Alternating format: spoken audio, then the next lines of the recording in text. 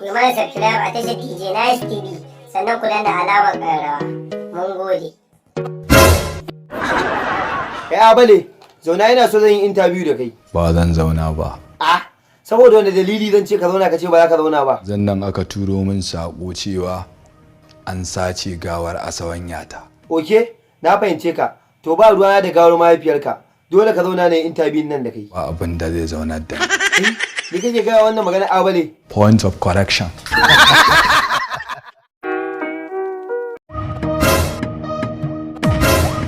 Kai, duk magana da baka yi ɗazu kenan ƙarya ne? Me kake yi a nan gurin ma tukunna? Halin yanzu babu wannan lokaci. Babu wannan lokacin kuma. Wanda lokacin menene? Sai na gano duk inda gawar mahaifiyata take. Gaskiya ne. Wai kai mai son mahaifiya. Haka kamar mutumin kirki.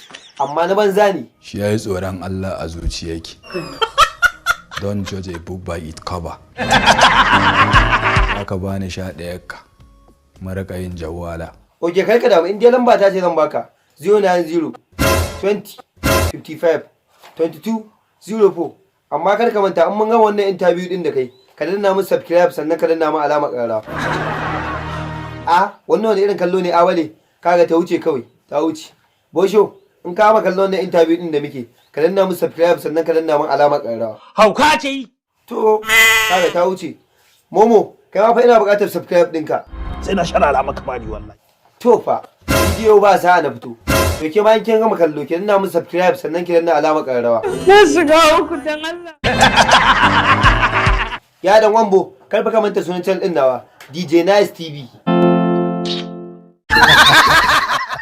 Kai ma Abale kai mun subscribe sannan ka danna mun alamar ƙararrawa. I'm gonna break every single.